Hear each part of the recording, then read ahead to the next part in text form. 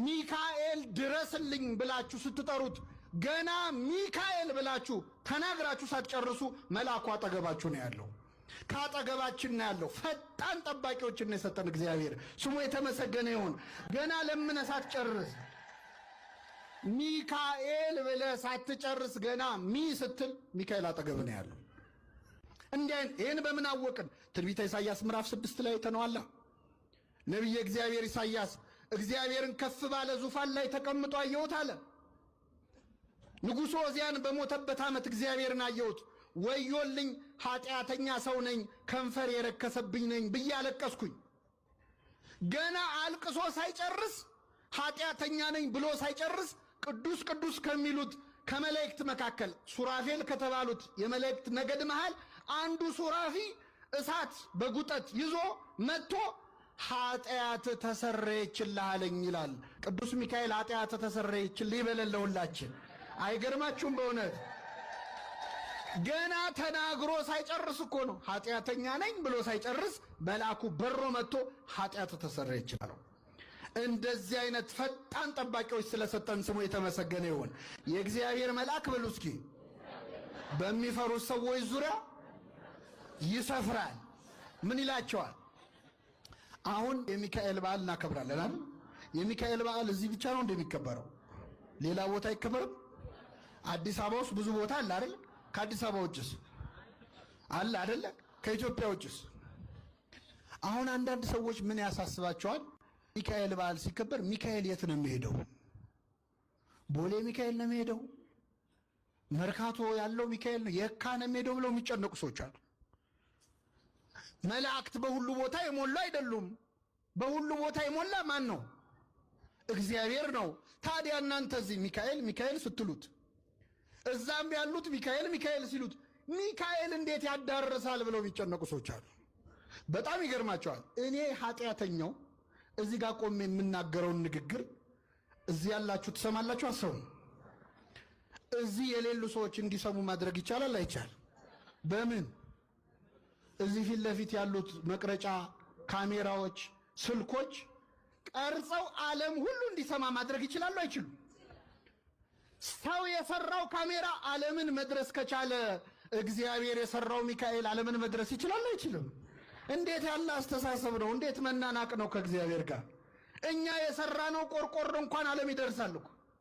ቅዱስ ሚካኤል ዓለምን ደርሶ መርዳት አይችልም ብሎ ማሰብ እንዴት ያለ ነገር ነው! መላእክት በአንድ ቦታ ሆነው ቅድም ነግሬያቸዋለሁ። ኤልሳ እስራኤል ሆነው የሶሪያ ወሬ ይሰማ ነበር አይደል? ነው አይደለም? ሲጀመር መላእክት አሁን ቅድም የጠቀስኩትን ጥቅስ ለዚህ ማስረጃ አድርጌ ልድገመው። የእግዚአብሔር መልአክ በሉ እስኪ በሚፈሩት ዙሪያ ይሰፍራል። አሁን የቁጥር ጥያቄ ልጠይቃችሁ ነው። የእግዚአብሔር መልአክ ሲል አንድ ነው ብዙ ነው?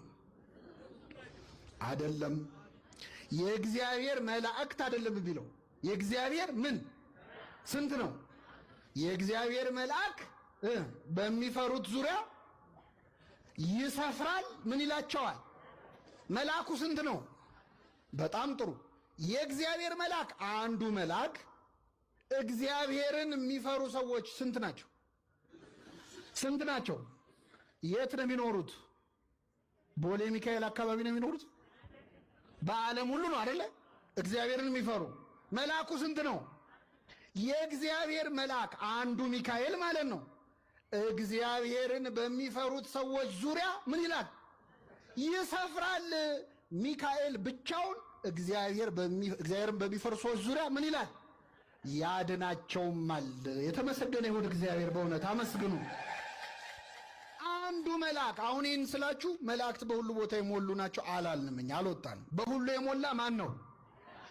መላእክት በቦታ ይወሰናሉ? አዎ ይወሰናሉ።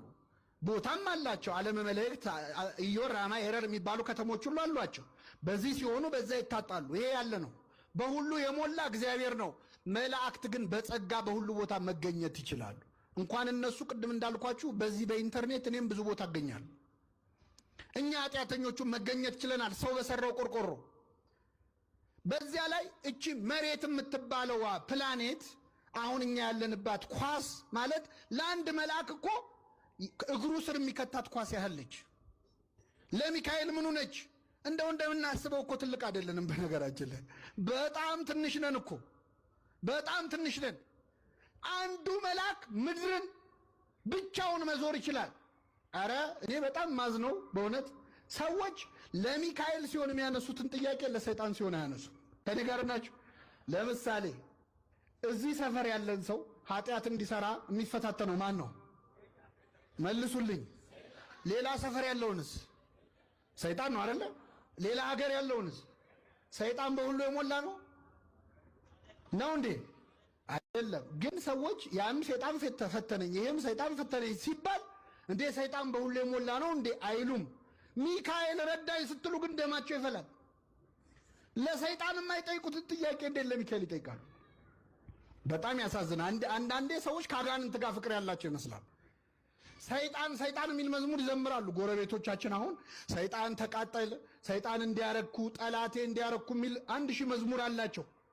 ሰይጣን ደስ አይበል የሚል መዝሙር ይዘምራሉ። ሚካኤል ደስ ይበል ሲባል ግን ይናደዳሉ። ሰይጣን ከኔ ዞር በል የሚል መዝሙር አላቸው። ናና ሚካኤል ናና ተብሎ ሲዘመር ለምን ይናደዳሉ? ሚካኤል ወደ ሁላችን ይምጣልን። ምዕመናን አመስግኑት ቅዱስ ሚካኤል። ሰይጣን ዞር በልልኝ ከኔ ወግድ ብሎ ከመዘመር ናና ሚካኤል ናና ብሎ መዘመር ይሻላል አይሻልም? አሁን እኛ ከሰይጣን ጋር ምን አሯሯጠን? ካማተብን ይበቃዋል። እሱ ዞር ይላል። ናና ሚካኤል ናና ግን እንላለን። ገብርኤልን ግን እንጠራዋለን። ለሰይጣን አንደበት የለንም። ለመላእክት ግን ዘምረን አንጠግብም፣ እናመሰግናቸዋለን።